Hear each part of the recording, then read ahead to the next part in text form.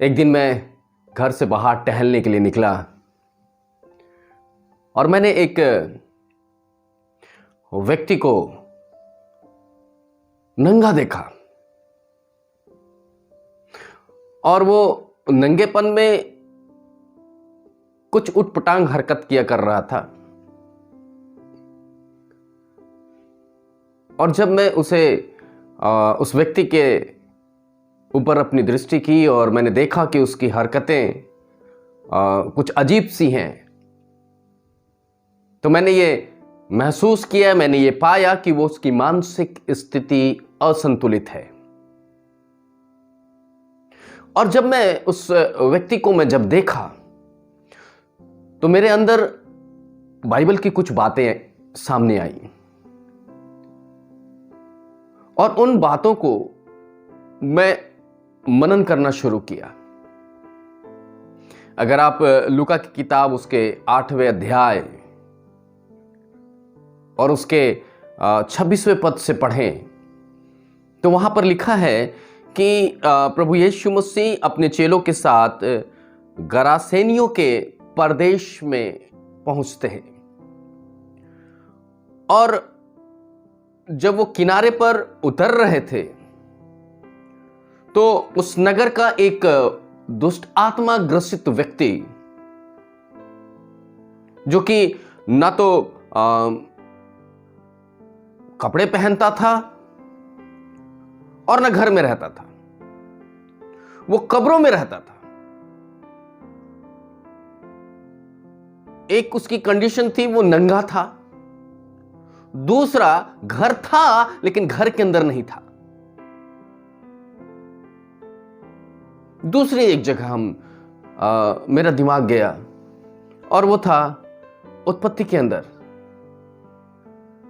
और उत्पत्ति की किताब के अंदर दूसरे अध्याय और उसके 25वें पद को पढ़िएगा तो वहां लिखा है कि जब प्रभु यीशु मसीह ने आदम और परमेश्वर ने जब आदम और हवा को बनाया तो वहां पर वो नंगे थे, कपड़ों की आवश्यकता नहीं थी, इनोसेंट थे, पवित्र थे। और उस पवित्रता में वो नंगे थे। मानसिक या मानसिक बीमारी नहीं थी उनको,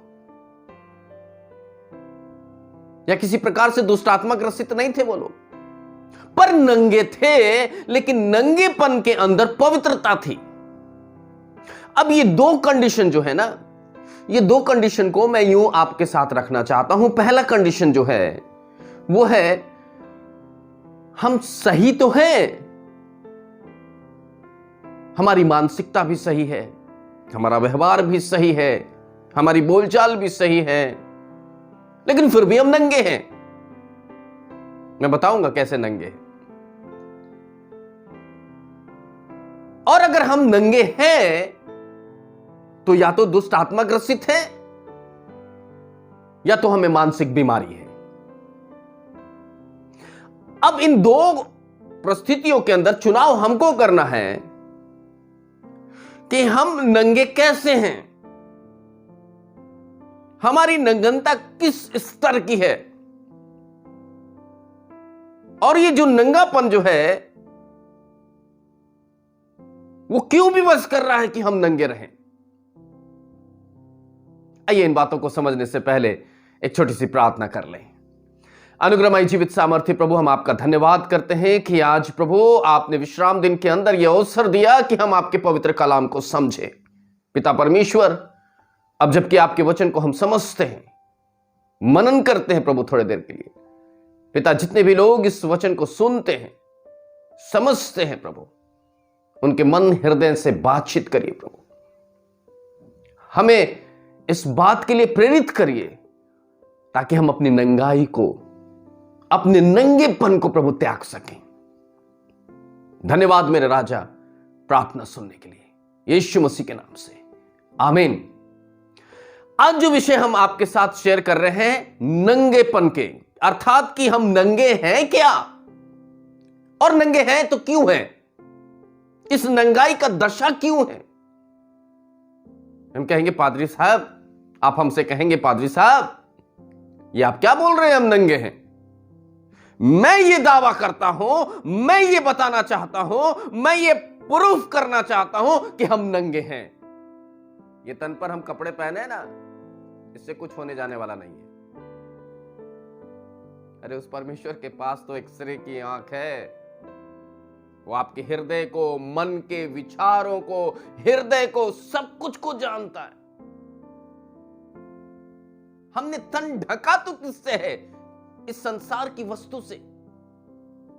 लेकिन आज भी हम मानसिकता से, आत्मिकता से, मन के व्यवहार से, विचारों से हम नंगे हैं। और नग्नता झलक जाती है। कई बार जब हम बोलते हैं ना तो हमारे नंगापन दिख जाता है। कई बार जब हम व्यवहार करते हैं तब भी हमारा नंगापन दिख जाता है। कई बार कुछ उटपटांग हरकत कर देते हैं तो हमारा नंगापन दिख जाता है। मैं इधर उधर से बातें नहीं कर रहा हूं, मैं बाइबल से बातें करता हूं।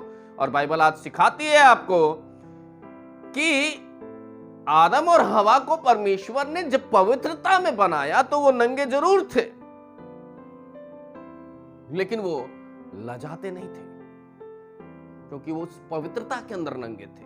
उनको एहसास ही नहीं था कि वो नंगे। और आपको मैं बताना चाहूंगा, पूरी बाइबल के अंदर करीबन 18 बार नंगे शब्द का प्रयोग किया गया है अलग अलग संदर्भ में, और 30 बार नंगा शब्द का प्रयोग किया गया है अलग अलग संदर्भ में। नंगा और नंगे। और आज हम बात कर रहे हैं कि हम नंगे हैं। और नंगे हैं तो क्यों हैं? और नंगे का दशा क्या है? नंगे का स्तर क्या है? नंगाई की अवस्था क्या है? ये क्यों आई हमारे जीवन के अंदर? और हम तन ढकने के बाद भी परमेश्वर की दृष्टि में नंगे हैं, और कैसे हैं, क्यों हैं, और कब तक ये नंगाई रहेगी? उत्पत्ति किताब उसके 3 अध्याय और उसके 7वें पद। पहले मैं आपको पढ़ देता हूं उत्पत्ति की किताब उसका 2 अध्याय और उसका 25 पद। उत्पत्ति की किताब उसका 2 अध्याय और उसका 25 पद, जहां पर इस प्रकार से प्रभु का कलाम लिखा है।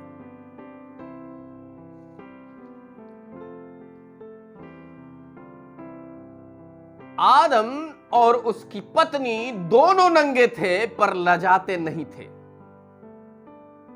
लज्जा नहीं थी।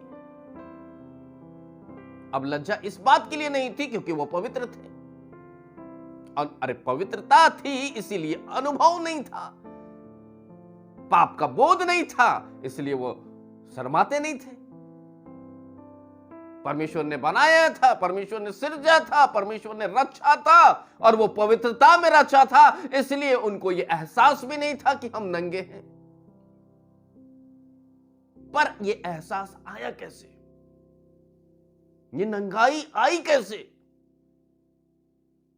दूसरी जगह देखेंगे, उत्पत्ति 3 उसका 7 पद।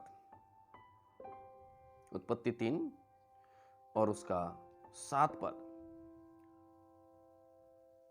हम 6 पद से पढ़ दे रहे हैं, तब आपको समझ में आ जाएगा।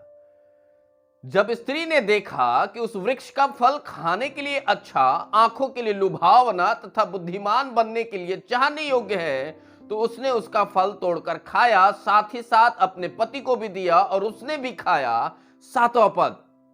तब दोनों की आंखें खुल गईं और उन्हें मालूम हुआ कि हम तो नंगे हैं।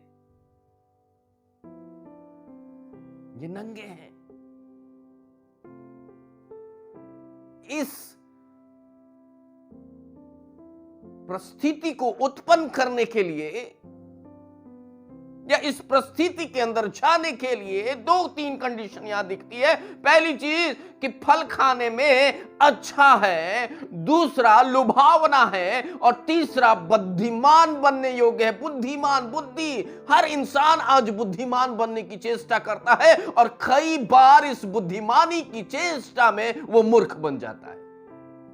बाइबल में एक बहुत अच्छा स्टेटमेंट है पासबानों के लिए, पास्टर के लिए, प्रचारकों के लिए, हर एक उन जनों के लिए जो प्रभु की सेवा करते हैं। उनके लिए लिखा है, परमेश्वर ने जगत के मूर्खों को चुन लिया ताकि ज्ञानवानों को लज्जित करे, बुद्धिमानों को लज्जित करे। मेरे प्रिय भाई और बहनों, अपनी दृष्टि में बुद्धिमान बनने की आवश्यकता नहीं है, क्योंकि परमेश्वर का वचन कहता है कि परमेश्वर का भय मानना बुद्धि का आरंभ है। परमेश्वर के भय के द्वारा बुद्धि आती है। तो यहां पर क्या हो रहा है? यहां पर परमेश्वर की आज्ञा का उल्लंघन किया जा रहा है। जिस पेड़ के फल को नहीं खाना है, जिसे परमेश्वर ने वर्जित किया है, उसी पेड़ के फल को इसने खा लिया और ये स्वीकार भी कर रहे हैं। अगर आप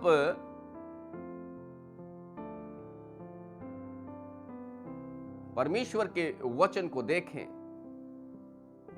तो दूसरे अध्याय के 16वें पद में इस बात का जिक्र है कि परमेश्वर ने आज्ञा दी। क्या दी?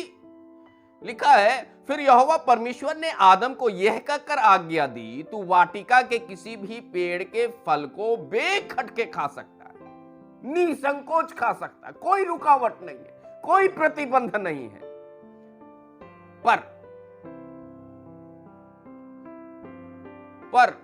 परंतु जो भले और बुरे के ज्ञान का वृक्ष है, उसमें से कभी ना खाना। ये अब यहां पर उसको एक कमांडमेंट मिलती है, एक आज्ञा मिलती है कि भाई देखो, अदन की बारी में रह सकते हो, कोई दिक्कत नहीं है, कोई भी फल खा सकते हो, कोई दिक्कत नहीं है, लेकिन जो भले और बुरे के ज्ञान का वृक्ष है उसमें से कभी ना खाना, क्योंकि जिस दिन तू उसमें से खाएगा उसी दिन अवश्य मर जाएगा। ये थी आज्ञा।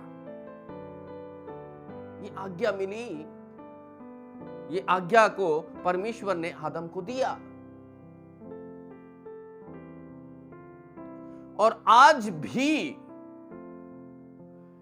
इसी आज्ञा को हम पूरी बाइबल में पढ़ते हैं। कई नियम दिए गए, कई व्यवहारिक ज्ञान दिया गया, 10 आज्ञाएं दी गईं।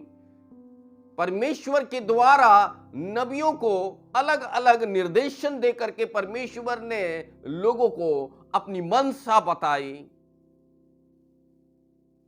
प्रभु यीशु मसीह जब आए, उसने परमेश्वर के राज्य के विस्तार के लिए सारे कंडीशन को रखा, पाप और पाप की दशा को रखा, प्रतिज्ञाओं को रखा, नियमों को रखा कि अगर तुम ये मानते हो तो ऐसा होगा। मत्ती किताब उसका 5वां अध्याय एक बहुत अच्छा नैतिक बेस है मसीह विश्वासी भाई बहनों के लिए। वो पहाड़ी उपदेश के रूप में जिसे हम जानते हैं।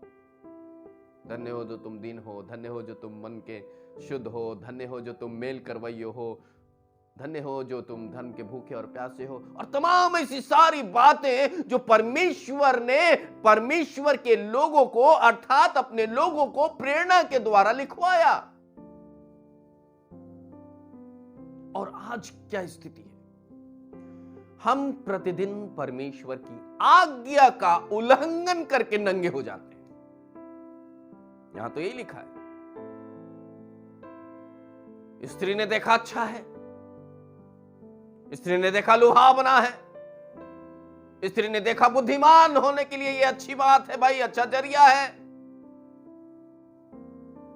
अब कोई चीज देखने में अच्छी लगे, लुभावनी लगे और मन भावना लगे और बुद्धि का विस्तार हो रहा है, तो कोई भी आदमी आकर्षित हो सकता है आज के डेट में। और ये आकर्षण कभी कदार हमें नंगा कर देता है। ये मन भावना अवस्था कई बार हमें नंगा कर देता है। कई बार हमें बुद्धि की चाहत, जो कि अनगरल बुद्धि की चाहत है, वो हमें नंगा कर देता है, जो परमेश्वर की आज्ञा का उल्लंघन के बराबर है। हम नंगे तो नहीं हैं। अब यहां जांचना है हमें प्रतिदिन परखना है कि क्या हम नंगे हैं। अगर नंगे हैं तो ये जान लीजिए हम मानसिक असंतुलित व्यक्ति नहीं है, मानसिक असंतुलित भाई और बहन नहीं है। हम लोग सहज सरल और कॉन्शियस में है, चेतना है हम में हर बात का अनुभव है। और हर बात के अनुभव के बाद भी अगर हम परमेश्वर की आज्ञा का उल्लंघन करते हैं तो हम नंगे हैं। अगर दुष्टात्मा ग्रसित नहीं है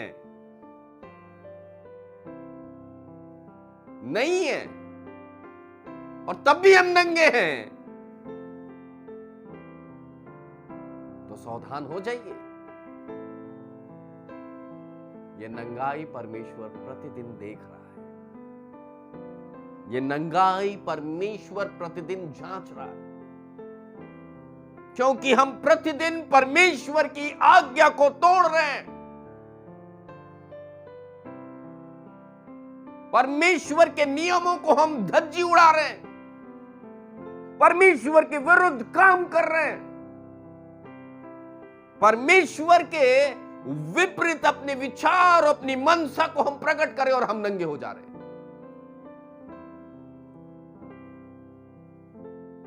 आप नंगापन छुपाने का आप कितना भी प्रयत्न करें, आप किसी भी कंपनी का कपड़ा पहन ले, किसी के द्वारा डिजाइन किया हुआ कपड़ा आप पहन ले, आप किसी तरीके की फैशनेबल कपड़ा पहन ले, फिर भी हम नंगे हैं, क्योंकि हम परमेश्वर की आज्ञा के उल्लंघन करने वाले व्यभिचारी संतान हैं। हम उसकी आज्ञा को नहीं मानने वाले जन हैं। परमेश्वर ऐसे थोड़े है कि वो आपको नंगा छोड़ देगा। जब आदम और हवा को नंगा नहीं छोड़ा तो आपको भी नंगा नहीं चाहता, लेकिन वो चाहता है कि आप उसके आज्ञा को मानने वाले बने रहें, कंटिन्यूअस बने रहें, नहीं तो प्रतिदिन हम नंगे होते रहेंगे। अगर नंगा ही रहना है तो आज्ञा उल्लंघन करते रहिए, कोई फर्क नहीं पड़ता, लेकिन एक फर्क पड़ेगा जब न्याय होगा। उस सिंहासन के पास इंसाफ का तराजू उसके हाथ में होगा, और जब खुल जाएंगी किताबें, जब बेहिसाब होगा। क्या करना है, क्या नहीं करना है, ये आज इस वचन के द्वारा आप तक मैं पहुंचाने का प्रयत्न कर रहा हूं। और मैं ये बताना चाहता हूं कि आदम हवा भी अपनी नंगाई नहीं छिपा सके, तो हम और आप कैसे अपनी नंगाई छिपा सकेंगे। उत्पत्ति की किताब उसका 3 अध्याय और उसके 10वें पद में लिखा है, उसने कहा, उत्पत्ति किताब उसके 3 अध्याय और उसके 7वें पद से हम पढ़ रहे हैं। तब उन दोनों की आंखें खुल गईं और उन्हें मालूम हुआ कि हम तो नंगे हैं, और उन्होंने अंजीर के पत्ते जोड़ जोड़कर अपने लंगोट बना लिया। उन्होंने प्रयत्न किया कि उनका नंगापन ढक जाए। एक तो आज्ञाकारिता को अनाज्ञाकारिता में उन्होंने तब्दील कर दी, परमेश्वर के उस नियम को उसने तोड़ दिया, और अब एक परमेश्वर के विरुद्ध काम कर रहे हैं, और वो है कि उन्हें अपने नंगेपन को ढांकने के लिए एक प्रयत्न कर रहे हैं। हम प्रतिदिन प्रयत्न करते हैं अपने नंगेपन को ढांकने के लिए। प्रतिदिन परमेश्वर से कहते हैं, प्रभु हमें जाने अनजाने में पाप किया, हमें माफ कर दीजिए। प्रभु जी हम मन विचार कर्म से पापी हैं। अरे भाई, ये प्रार्थना करने की आवश्यकता ही क्यों पड़ती है कि हम मन विचार और कर्म से पाप करते हैं? क्यों ये प्रार्थना करने की आवश्यकता है कि जाने अनजाने में हमने पाप कर दिया है? अगर हम जाने अनजाने में पाप करते हैं, अगर हम परमेश्वर के विरुद्ध अनाज्ञाकारिता को महसूस करते हैं, तो प्रतिदिन रिपेंट करने की आवश्यकता नहीं। एक ही बार कह दीजिए कि प्रभु हमने पाप किया है और इस गुनाह के लिए हम माफी चाहते हैं, और दोबारा फिर पाप ना करें। और जब जब हम परमेश्वर के विरुद्ध आज्ञा का उल्लंघन करेंगे, हम तब तब नंगे होंगे, अपने कपड़े को उतारते रहेंगे।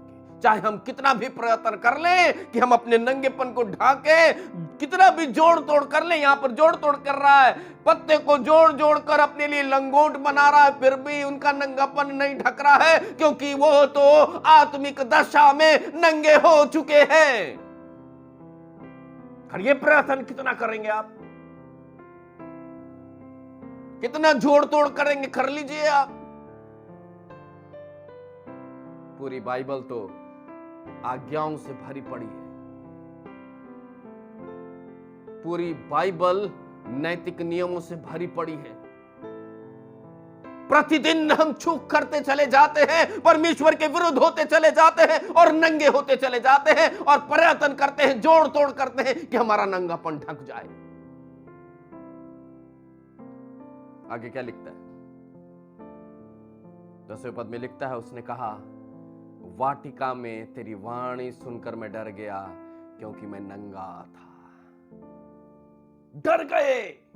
अभी तक डर नहीं लग रहा था परमेश्वर से, अभी तक परमेश्वर के विरुद्ध कोई बातें नहीं थी उनके मन के अंदर, कोई भी भय नहीं था। मिलते थे, जुलते थे, बातचीत करते थे, अपनी बातों को कहते थे, परमेश्वर उससे अपनी बातों को कहते थे और ये दोनों वार्तालाप करते थे। और प्रतिदिन की तरह आज जबकि वो शाम को उसके पास आया है, उन्होंने ये कह दिया, मुझे डर लग रहा है इसलिए हम छिप गए हैं। आखिर ये नंगापन उन्हें डर पैदा कर दिया, ये आखिर वो नंगापन उन्हें जोड़ तोड़ करने पर विवश कर दिया। आखिर ये अनज्ञाकारिता उस परमेश्वर के सामने से छिपने के लिए मजबूर कर दिया। कहीं हम भी तो परमेश्वर की आज्ञा को तोड़ करके प्रतिदिन नंगा होकर परमेश्वर छिपने से प्रयास तो नहीं करते? प्रतिदिन हम छुपने का प्रयास तो नहीं कर रहे, ये कह करके कि प्रभु जाने अनजाने में हमने पाप कर दिया। कहीं ऐसा तो प्रयत्न नहीं कर रहे, प्रभु हमने मन, विचार और कर्म से पाप कर दिया। ये छुपना ही है। बंद कर दीजिए ऐसे जोड़ तोड़ करके नंगेपन को ढांकने का। पाप करना ही बंद कर दीजिए, बुरे ख्यालात लाना ही बंद कर दीजिए, लुभावनी वस्तुओं की तरफ आकर्षित होना ही बंद कर दीजिए, चाहने योग्य बात की तरफ जाना ही बंद कर दीजिए। अगर हम ऐसा करेंगे तो निश्चित जान लीजिए कि हमारा नंगापन ढांक दिया जाएगा। निश्चित जान लीजिए कि परमेश्वर हमारी नंगनता को ढांक देगा। क्या लिखा है 3 अध्याय उत्पत्ति 3 और उसके 21वें पद में? उत्पत्ति 3 और उसके 21 पद में लिखा है, और यहोवा परमेश्वर ने आदम और उसकी पत्नी के लिए चमड़े के वस्त्र बनाकर उनको पहना दिया। परमेश्वर आपको ढांकना चाहता है, परमेश्वर आपके नंगेपन को कवर करना चाहता है, परमेश्वर आपको एक अलौकिक वस्त्र पहनाना चाहता है, परमेश्वर आपको अपनी संगति में फिर से लाना चाहता है। लेकिन फिर भी अगर हम प्रतिदिन अपने आप को नंगा कर रहे हैं तो ये आपकी मर्जी है, ये आपके ऊपर डिपेंड करता है कि आपके अंदर दुष्ट आत्मा है, कि मानसिक असंतुलन है, या हम ठीक हैं तो परमेश्वर के विरुद्ध है। अगर हम ठीक हैं और परमेश्वर के विरुद्ध काम कर रहे हैं, उसकी आज्ञा का पालन नहीं कर रहे हैं जो इन कलामों के अंदर लिखा है, तो निश्चित हम प्रतिदिन अपने आप को नंगा कर रहे हैं। अगर मानसिक असंतुलन है, विक्षिप्त है मानसिकता से, तब तो चल सकता है। आपके लिए प्रार्थना की जा सकती है, प्रभु इसकी मानसिक दशा को ठीक करिए। अगर आपके अंदर दुष्टात्मा है तो भी प्रार्थना की जा सकती है कि प्रभु इसके अंदर से दुष्टात्मा निकाल दिया जाए। लेकिन आप ठीक हैं, अच्छे हैं और फिर भी नंगे हैं, तो बड़ी मुश्किल है आपके नंगाई को ढांकना। बड़ी मुश्किल है कि आपके नंगेपन को कोई ढांक दे। सिर्फ एक ही कर सकता है ये काम, और वो है परमेश्वर। सिर्फ एक ही काम कर सकता है और वो है परमेश्वर। और वो परमेश्वर जब चाहेगा तो आपके नंगेपन को ढांक देगा। मेरे अजीजों, क्या चाहते हैं आज के दिन आप? नंगा रहना या परमेश्वर के अलौकिक वस्त्र को धारण करना? यह आपके ऊपर डिपेंड करता है कि आप क्या चाहते हैं। प्रभु इस वचन के द्वारा आप सबों को आशीष दे और आपके आत्मिक नंगेपन को ढांके, ताकि आप परमेश्वर की आज्ञा को मानने वाले संतान बन सके, आज्ञाकारी संतान, बेटा और बेटी बन सके, आज्ञाकारी विश्वासी भाई और बहन बन सके, आज्ञाकारी स्वर्ग राज्य में स्थापित होने वाले अधिकारी बन सके, आपके सामने राजदंड रखा जाए, आपको यह आश्वासन मिले कि मैं जगत के अंत तक तुम्हारे साथ हूं। अगर ये सारी चीजें आपको नहीं मिल रही हैं, एहसास नहीं हो पा रहा है, तो आज भी हम नंगे हैं। अनाज्ञाकारिता छोड़ दीजिए, नंगाई को त्याग दीजिए। कहीं ऐसा ना हो कि यह नंगापन आपको नरक तक ले जाए। प्रभु आपको इस वचन के द्वारा बहुत सारी आशीषें दे। आइए हम प्रार्थना करेंगे। अनुग्रहमय जीवित सामर्थ्य प्रभु, हम नहीं चाहते कि हम प्रतिदिन अनाज्ञाकारिता के कारण नंगे हों। इसलिए प्रभु, हमें ऐसा सौभाग्य है आपने दिया है इस पृथ्वी पर कि हम प्रतिदिन अपने नंगेपन को हम ढांक सकते हैं। इसलिए प्रभु, जो अलौकिक वस्त्र आपने हमारे लिए रखा है, निर्धारित किया है प्रभु, उस आत्मिक दशा के लिए, उस आत्मिक नंगेपन को ढांकने के लिए प्रभु वो हमें प्रदान कर। जितने लोगों ने इस वचन को सुना है प्रभु, ऐसा होने दे कि हम आपकी आज्ञा का पालन करने वाले बेटा और बेटी बन सके। धन्यवाद के साथ निवेदन को प्रभु यीशु मसीह के नाम से मांगते हैं, दया से सुने और ग्रहण करें। आमीन। हमारे प्रभु यीशु मसीह का प्रेम, अनुग्रह और शांति हम प्रत्येक विश्वासी जनों पर जब तक प्रभु यीशु मसीह ना आ जाए युगानुयुग होती रहे। आमीन।